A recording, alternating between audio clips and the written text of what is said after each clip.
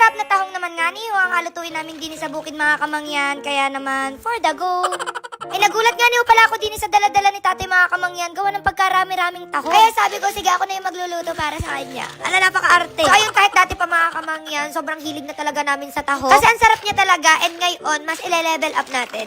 So dinamihan na namin yan mga kamangyan para talagang siguradong hindi kami mabibiti. So yan, after nga niyo pala mapakuluan mga kamangyan, ay ditinanggal na namin doon sa kanyang pinakang shell. So talagang tiyagaan yan at inisa-isa namin. Salamat! So ayan, bali nagtunaw nga nila pala ako ng butter diyan, nilagay ring bawang, sili. Tapos so nga yung pinakuluan natin na tahong. Na syempre pampalasang asin at saka paminta. Kasi yung kinuha ko na rin pala rin agamitin ko na bagong Eden cheese para mas maging special yung alutuin dahil diga gusto ni nanay at saka ni tatay i-level up. So niyadyad ko nga pala muna din yung Eden cheese mga kamangyan at ere talaga yung madalas naming inagamit. Dahil nga aring mas pinasarap na Eden ay creamier and milkier. So yung simpleng luto, panglaban talaga. At tingnan nyo naman yung itsura mga kamangyan, talagang nakakatakam. Hindi na nga pala kami nakatiis diyan mga kamangyan kasi kanina pa kami takam na takam. Salamat! Grabe mga kamangyan, with Eden's new creamier and milkier formula, kahit simpleng luto napapasarap. Making every mealtime Eden better. Kaya kung ako sa inyo mga kamangyan, ako ay itry nyo na rin aring Eden cheese, ang Filipino favorite. For the go!